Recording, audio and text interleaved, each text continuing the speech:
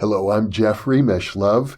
It is with great pleasure today that I announce the formation of the NTA Psi Experience Community. That is a group that I have just created on Facebook. NTA for New Thinking Aloud, Psi, PSI, Experience Community. Now, this is a development that I've been hinting at for a while, the establishment of an online community for people who wish to cultivate Psi, who wish to enhance or further explore their Psi abilities.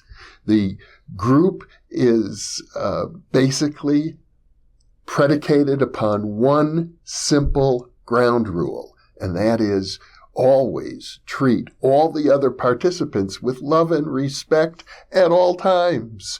So there will be no trolling, no nastiness on this group. And of course, to be admitted to the group, if you go to Facebook and you search for NTA Psi Experience Community, it should come up. It is a private group, or what they call a closed group, which means that only members are able to see the conversations that take place on this group. And in order to become a member, you need to be approved by a moderator or an administrator. Right now, there are only two members of the group, me and my cousin, Sherry, who I have alluded to in the past. If you watched the very early episode about Uncle Harry, my great Uncle Harry, and a very powerful psychic dream I had of Uncle Harry at the time of his death. Well, apparently, in Uncle Harry's branch of the family, there's a lot of that kind of experience. And Uncle Harry's granddaughter is my cousin Sherry, and she has a wealth of experience related to visitations from the deceased in her dreams. And she will be serving as a moderator on this community. And I'm looking forward to a number of people with pronounced psychic gifts participating in the community. I'm not sure how active I will be on it because I'm mostly producing these videos, but I'll be there. And I would say this, if you're interested in becoming part of this community, you're going to be asked to answer a simple question in about 250 characters, which is, why do you want to? And we're looking for people, of course, who feel that they have a proclivity, a talent, or a gift for psychic functioning, and they want to explore it further. This is not strictly a remote viewing group. It's not an astral travel group. It's not a near-death experience group. It's not a psychic readers group, but it's, in effect, it's all of those things, because I expect that the participants in the group are going to have a wide variety of talents and interests in the paranormal. And the point of the group is to be a mutual support system for everybody. And I think what you'll find is that there will be many teachers available in a group like this. And the teachers will all be learning from each other. There are really no restrictions. That is to say, if you're just curious, but you don't feel you're particularly talented, but you're sincere in your interest to explore your own parapsychological capabilities, why not? Nobody is going to deny you membership, at least not initially. However, if you behave rudely towards people in the group, well, you'll probably be removed from the group, because this is a support group. This is not a tear down group. And I expect that you'll find a lot of interesting people who will be happy and willing to help you along in your journey. And of course, all of these videos that I have been creating, of which there are now hundreds uploaded on the YouTube channel, will be a resource for this group. Another point I'd like to make about it is I see this as a long-term endeavor.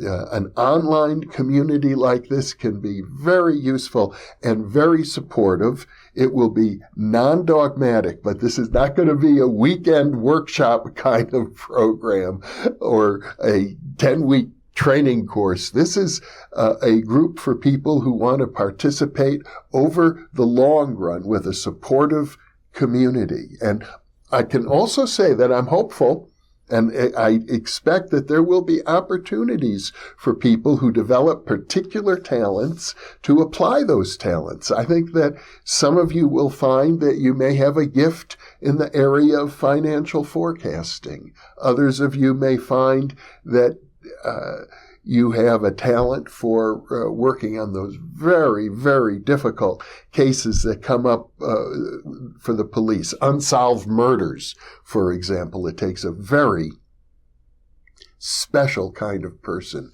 to be willing to use their God-given gift for clairvoyance to help solve a murder case. And it's been done. But there are many other possibilities. The application of psychic functioning could be finding new medical treatments. It could be developing new inventions. It could be working with archaeologists and finding buried archaeological sites, or buried oil and minerals, or buried treasures. I don't know. It will depend on everybody. I should think that a big interest of the list will be healing.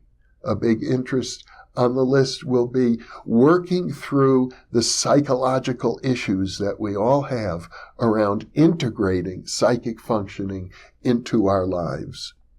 I did an interview with Vernon Neppy, the neuropsychiatrist, who did a very significant study in which he looked at people's subjective paranormal experiences, and he also correlated those with the various activity of the brain. And what he found is that people who experience lots of paranormal experiences also reported symptoms of what could be called temporal lobe volatility. Temporal lobe volatility. That is, the temporal lobes of the brain are more active. Now, that can lead to seizure activity for some people, but also many different altered states of consciousness. Psychic functioning means that you're not operating on the same day-to-day routine of what most people would call normal everyday consciousness. Is actually a kind of trance state, if you ask me. But it also means this, that people who have pronounced psychic gifts very often develop those gifts as a response to early childhood trauma. And so I remember the days when I used to hang out with people from the Berkeley Psychic Institute, and the head of that school, Louis Bostwick, referred to sick psychics. I think he sometimes called them sickics. And the point is simply that people who have these gifts, as I mentioned, suffer from early childhood trauma, means they've got issues to resolve.